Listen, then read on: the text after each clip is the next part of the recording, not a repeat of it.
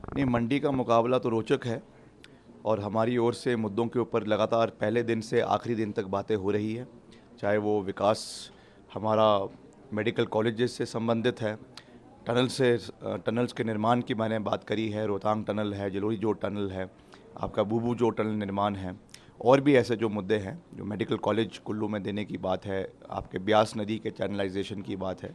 तो हमने एक पॉजिटिव कैंपेन चलाया है, सकारात्मक कैंपेन चलाया है, जिसमें लोगों की मुद्दों की बात करी है। मगर ये दुर्भाग्यपूर्ण है कि जो दूसरा पक्ष है वहाँ से केवल और केवल पर्सनल अटैक्स की बातें हो रही है और इसके अलावा और कोई भी विजन उन लोगों का नहीं है। देखा जाए तो कंगना रनावत हैं अपने में से, वो काफ़ी कह रही हैं कि मंडी की बेटी हूँ, एक बार मुझे मौका दीजिए। और आपने भी अभी भाषण के दौरान ये कहा कि भाई कोई कार्यकर्ता नहीं था क्या बीजेपी का, वो पैराशूट से फोटो। ये निश्चित तौर से देखिए, बेटियां तो मंडी में बहुत हैं और हिमाचल में भी बहुत है। कुल मिलाकर अगर आंकड़ा दूँ तो 16 लाख बेटियां हैं हिमाचल के अंदर। उनमें से बहुत ने पढ़कर कॉम्पिटिटिव एग्ज़ाम्स पास करके कई एचएएस बनी है, कई एचपीएस बनी है, कई आईएएस बनी है, कई आईआरएस बनी है, आईएफएस तक बनी है, जिन्होंने, और कई हमारे खेल जगत में भी, चाहे वो क्रिकेट है, चाहे वो कबड्डी है, कबड्डी की जो वुमेंस टीम की कैप्टन है इंडिया की, वो हिमाचल से है। तो उन लोगों ने देश का नाम रोशन किया है। उन 16 लाख में से एक बेटी वो मोहतरमा भी हैं जिनकी आप बात कर रहे हैं, तो अच्छी बात है, उन्होंने फिल्मी जगत में नाम कमाया है। मगर जहाँ तक हिमाचल की बात है, उनका हिमाचल के इश्यूज़ के साथ, हिमाचल की अंडरस्टैंडिंग के साथ, हिमाचल की हिस्ट्री के साथ कोई भी कनेक्ट नहीं है। आपके ने फिल्म जगत में नाम कमाया है, राजनीति में क्यों नहीं कमा सकते, आपको ऐसा क्यों लगता है? क्योंकि डेडिकेशन नहीं है ना, अंडरस्टैंडिंग नहीं है, इश्यूज़ के बारे में कोई जानकारी नहीं है, और यहाँ पे लोगों के बीच में, और सबसे बड़ी बात है टाइम नहीं है। आपने एक टांग आपकी मुंबई में है, एक टांग आपकी हिमाचल में है, तो आप इश्यूज़ को सॉल्व कैसे करेंगे? कि आपके पास कोई रोड मैप है? आप हमने एक रोड मैप रखा है, उस रोड मैप को पूरा करने के लिए आपको लोकसभा में भी इश्यूज़ को उठाना है, आपको मंत्रालयों में जाना है, आपको अधिकारियों से मिलना है, आपको कर्मचारियों से मिलना है, आपको मौके का निरीक्षण करना है, तब जाकर आपकी जो सोच होती है वो धरातल पे इम्प्लीमेंट होती है। अब मोहतरमा तो कह रही हैं कि मैं 4 जून के बाद वापस बम्बई चले जाऊंगी, मेरे अभी भी कई फिल्में जो है वो बची है। तो जब फिल्में करनी है तो यहाँ पे जो जनसेवा, दिन रात का ये काम है, कोई 9 to 5 का काम तो है नहीं, दिन रात आपको लोगों के साथ खड़ा रहना है, तो लोग इसलिए उनको सीरियसली नहीं तो लेते हैं। आपको क्या लगता है कि आपका जो सामने वाला उम्मीदवार है, आपको लगता है, कह रहे हैं कि जैसे 4 तारीख के बाद वो कह रहे हैं कि चली जाएंगी, तो आपके लिए तो आसान है ये होगा निश्चित काम। तौर से हम तो उनकी विदाई की इंतज़ार कर रहे हैं। जो उनके डायरेक्टर है पिक्चर के, आदरणीय जयराम जी, उन्होंने तो गीत भी बना लिया है कि बाबुल की दुआ लेती जा जा जा तुझे सुखी संसार मिले, और कन्यादान भी होने वाला है 4 को, और 4 को यहाँ से उनकी विदाई मुंबई के लिए हो जाएगी। और फुल कॉन्फिडेंट है। हाँ, बिल्कुल 100%।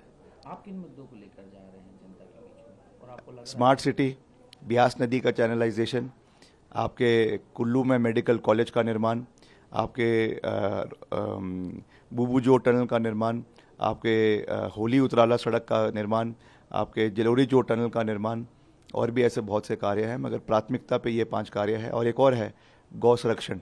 मैंने अभी अपने भाषण में भी कहा कि मंडी संसदीय क्षेत्र में एक भी गाय, आवारा पशु आपको सड़कों के ऊपर नज़र नहीं आएगी। एक सनातनी होने के नाते ये हमारी जिम्मेवारी बनती है कि हम अपनी गौ माता की रक्षा करें, उसके लिए गौसदन बने, उसके लिए और जो एनजीओज़ के माध्यम से, सरकार के माध्यम से हम उसमें अपना पूरा सहयोग देंगे, ताकि गौ संरक्षण पूरी मजबूती से हमारे इलाके के अंदर इम्प्लीमेंट हो।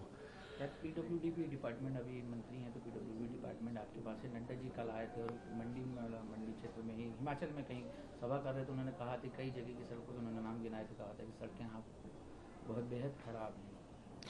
देखिए, हम लगातार काम कर रहे हैं। प्रदेश में अभी 3650 करोड़ की सड़कों के नवीनीकरण का कार्य हमने प्रदेश में शुरू कर दिया है, जिसमें 2800 किलोमीटर सड़कों का अभी टेंडर अवार्ड हो चुके हैं, और कार्य अभी चुनावों के बाद शुरू हो जाएंगे।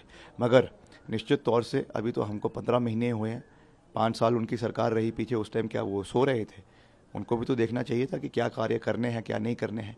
तो हमने तो पूरी मजबूती से, और आपदा में खासकर, हमने 4000 सड़कें एक समय में बंद हो गई थी, हमने उनको रातों रात खुलवाने का काम किया। बेली ब्रिजेस लगाए गए, सड़कों पे जो है आपके मशीन्स लगाई गई, जेसीबी मशीन्स लगाई गई, ताकि समय पर सड़कों को खोला जाए। कल उन्होंने ये भी कहा है कि कांग्रेस मुसलमानों को खुश करने के लिए एसटी एससी और ओबीसी का आरक्षण काट के कटौती? देखिए, नड्डा जी भूल गए हैं कि हिमाचल प्रदेश 99% हिंदू राज्य है। यहाँ पे मुसलमानों का कार्ड नहीं चलने वाला है।